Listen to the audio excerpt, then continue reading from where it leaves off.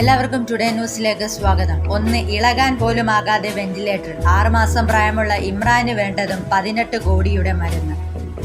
നമുക്ക് കൈകോർക്കാം.